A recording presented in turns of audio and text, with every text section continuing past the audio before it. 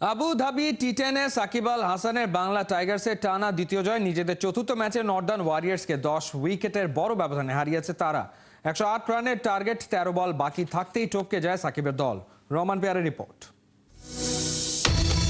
Abu Dhabi টি10-এ টানা দ্বিতীয় জয়ের খোঁজে বাংলা টাইগার্স। প্রতিপক্ষ নর্দার্ন ওয়ারিয়র্স।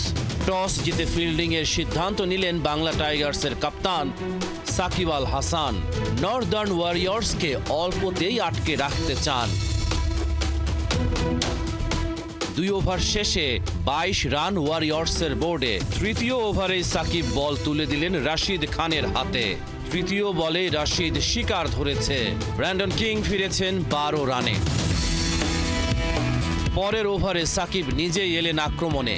উইকেট পেতে পারতেন দ্বিতীয় বলে, তবে ইমরান খান জনসন চার্লসের ক্যাচটা ছেড়ে দিয়েছে। বিশ্বাসই করতে পারছিলেন না সাকিব আল হাসান। 4 ওভার শেষে ওয়ারিয়র্সের সংগ্রহ 1 উইকেটে 33 রান।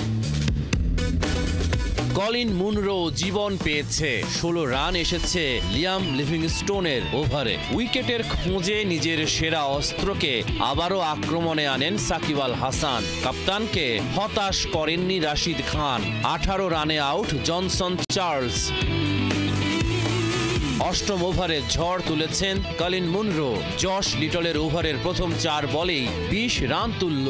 21 বলেই মুনরোর 50। লিটলের 1 ওভারেই 25 রান তুলেছেন তিনি। সাকিব আর বোলিংয়েই এলেন না। 4 বলে 4 রান করে ওয়ারিয়র্সের বাংলাদেশি তারকা জিয়াউর রহমানের ফেরা। নির্ধারিত 10 ওভারে 5 উইকেটে 107 নর্দার্ন ওয়ারিয়র্সের সংগ্রহটা। জবাব দিতে নেমে আক্রমণাত্মক ভূমিকায় শেহজাদ। 4 ওভার শেষে বাংলা টাইগার্সের বোর্ডে 44 রান। ব্যাটে ঝড় তুলেছেন হজরতুল্লাহ জাজাইও। 2 আফগান নিজেদের সাথেই প্রতিযোগিতায় সামিল হলো। শেষ পর্যন্ত বাংলা টাইগার্সের টানা দ্বিতীয় জয়। প্রথম 2 ম্যাচ হারলেও সাকিবের নেতৃত্বে ঘুরে দাঁড়িয়েছে বাংলা টাইগার্স।